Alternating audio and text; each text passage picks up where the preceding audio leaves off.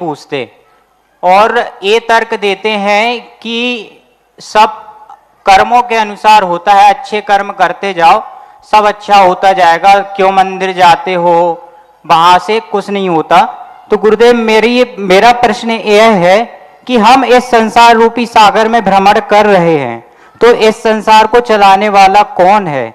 अगर इस संसार को चलाने वाला कोई एक है तो वह सबकी सुनता क्यों नहीं है? उसके अंदर इतनी निर्दयता क्यों है? उसके पास तो शक्ति है, वो किसी बीमार व्यक्ति को ठीक कर सकता है, किसी गरीब व्यक्ति को अमीर बना सकता है, परंतु उसके अंदर इतनी निर्दयता क्यों है? और अगर ये संसार स्वयं चल रहा है या फिर अपने कर्मों के अनुसार हमें फल देता है, तो फिर हम भगवान को क्यों पूछते हैं? भगवान, न्यू जनरेशन जो कहती भगवान कुछ नहीं देता है, कर्म से मिलता है, तो स्कूल में भी तो कुछ नहीं मिलता है, फिर पढ़ने क्यों जाते हो? किताब से कुछ नहीं मिलता है, क्यों पढ़ते? पेट तो रोटी से भरता है, किताब से? किताब से भरता है। रोटी से भरता है पेट की, किताब से? पहले रोटी से भरता है ना, तो फिर किताब क्यों पढ़ रहे हो? पढ़ेंगे नहीं तो रोटी नहीं। बस भगवान भी हमारे कुछ देते नहीं है, भगवान हमारे शिक्षक हैं जो हमें गाइडलाइन देते हैं। हम भगवान के पास इसलिए नहीं जाते कि वो मेरा, भगवान हमारा शिक्षक है, मास्टर है, वो हमें गाइडलाइन देता है, वो हमारी मुद्राओं से गाइडलाइन देता है, बिना बोले दान देता है। अवाग विसर्गम वपुषा निरूपयन्ति, उनके शरीर से हमें शिक्षा मिलती है कि देखो उनके शरीर से कितनी बड़ी शिक्षा मिली कि वो भगवान इतने पावन हो गए, इतने पावन हो गए कि दुनिया के शरीर पर जल गिरता है तो गंदा हो जाता है, और प्रभु के शरीर पर जल गिरता है तो गंदे रख हो जाता है। ये उन्होंने शिक्षा दी शरीर के बने, हर क्रिया शिक्षा दे रही है। हमारे यहाँ ये जो मंदिर है ये विद्यालय है, ये कोई करता धरता नहीं है, विद्यालय, यहाँ से सीखा जाता है। गुरु महाराज को देते नहीं है, वो तुम्हारे एक बहुत बड़े गाइड है, निर्देशक है, वो तुम्हें निर्देशक देते हैं, पहली बात। तो दूसरी बात है जो भगवान को नहीं मानता ना, उसके समय जब वो बहुत समस्या में उलझ गया हो, कोई एग्जाम को फाइट कर रहा हो, उस समय उससे कह दिया जाए एक नारियल चढ़ा जाए, बेड़ा पार हो जाएगा, वो बिना सोचे बेचारे नारियल लेके आ जाएगा। यानी व्यक्ति भगवान को तो मानने को तैयार है, मान रहा है, लेकिन उसकी समस्याओं का समाधान करे तो। दूसरी बात है, भगवान किसी से कुछ करता धरता नहीं है, न वो सुखी करता है न वो दुखी करता है। वो मात्र तुम्हारे लिए गाइड कर रहा है कि ये कर्म करोगे, also milestone also sign board. गुरु और भगवान जो होते हैं एक माइल्ड स्टोन होते हैं, जैसे कि मील का पत्थर है, ना वो सड़क है जिस पे तुम चल जाओ, ना वो गाड़ी है जिसमें तुम बैठ जाओ, ना वो ड्राइवर है कि तुम्हारी जिंदगी चला दे।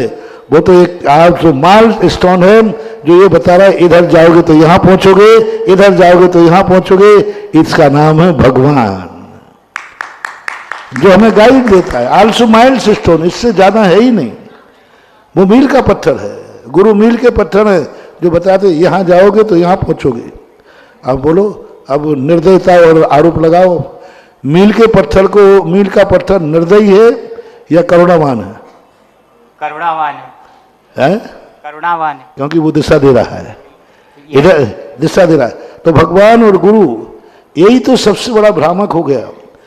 यदि भगवान को हम मील का पत्थर मान लेंगे तो ना हम भगवान को निर्दयी कहेंगे ना कुछ कहेंगे, उसकी गाइड के अनुसार चलो।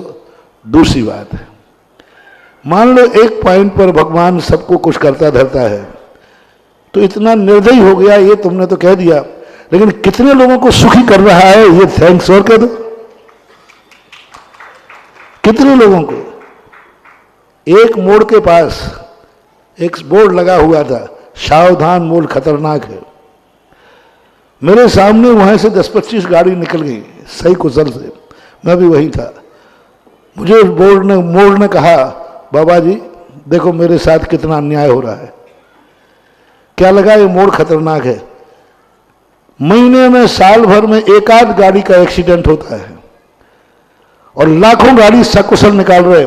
सकुशल गाड़ी मेरी छाती पे से निकल रही, उस थैंक्स का एक भी बोर्ड नहीं है। साल भर में एक एक्सीडेंट हो गया, उसका बोर्ड लगा दिया, बोर्ड खतरनाक है। बोलो, मोड़ के ऊपर सकुशल ज्यादा निकलते हैं कि एक्सीडेंट ज्यादा होते हैं? सकुशल ज्यादा निकल लागू ना, लेकिन बोर्ड किसका लगता है? सावधान। वाह, आपने भी भगवान को बोर्ड लगा दिया, लाखों करोड़ों को मेहरबान है, उसका बोर्ड नहीं लगाया, एक को नहीं दे पा रहा है तो कह रहा भगवान इतना निर्दयी क्यों है? तो ये दुनिया की नीति है कि एक एक्सीडेंट हो जाता है, मोड़ खतरनाक है, और सैकड़ों लाखों सकुशल निकल रहे हैं, उसके लिए कोई थैंक्स का बोर्ड नहीं लगा।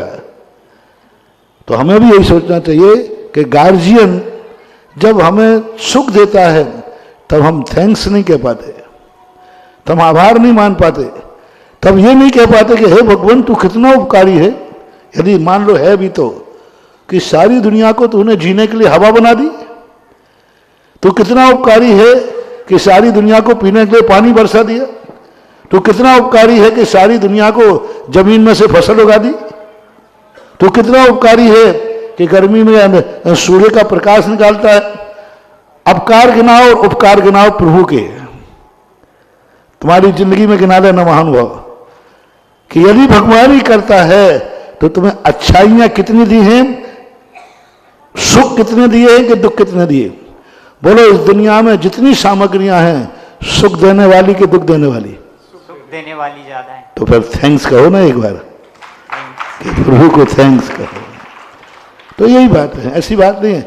हम ये नहीं सोच पाते हैं कि हमारी कोई कमी रही है तभी भगवान ने, मैंने आज सुबह कहा था ना, कोर्ट से और न्यायालय से जो सजा मिलती है वो अपराध नहीं है, वो न्याय है।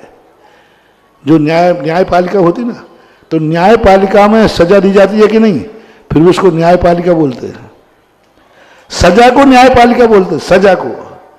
जेल दिया जा रहा है, जेल भेजा है, फांसी दी जा रही है। बोलो, मजिस्ट्रेट जब फांसी दे रहा है, जेल भेज रहा है, तो निर्दयी है कि न्यायाधीश है? न्यायाधीश है मेरे। तो फांसी चढ़ा रहा है, वो तो उसको जेल भेज रहा है, उसको कह रहा है कि सामुकस्सत, क्या बोलते उसको, सामुशक्कत, इसको सजा दी जाए, बामुशक्कत, यानी कठोर से कठोर कारावास दिया जाए। तो ये न्यायालय का, न्यायाधीश का कठोरता है, निर्दयता है, जब वो कह रहा है इसको बामुशक्कत, कठोर से कठोर 7 साल की, 10 साल की, 20 साल की सजा दी जाए। जब ये वो लिख रहा है, वो निर्दयी है कि ये न्याय है? न्याय है मेरे। बात आज से प्रभु को बोलो, न्याय है, चाहे वो कितना भी दुख क्यों ना दे रहा हो। यदि प्रभु की तरफ से दुख मानते हो तो हर चीज को दुख ना मान करके न्याय मानो, क्योंकि प्रभु न्यायाधीश है, वो अपराधी को दंड देगा। मैं अपराधी हूं इसलिए उसने दंड दिया है, वो निर्दयी नहीं है, वो तो न्यायाधीश है, मान्यवर, माननीय न्यायाधीश है।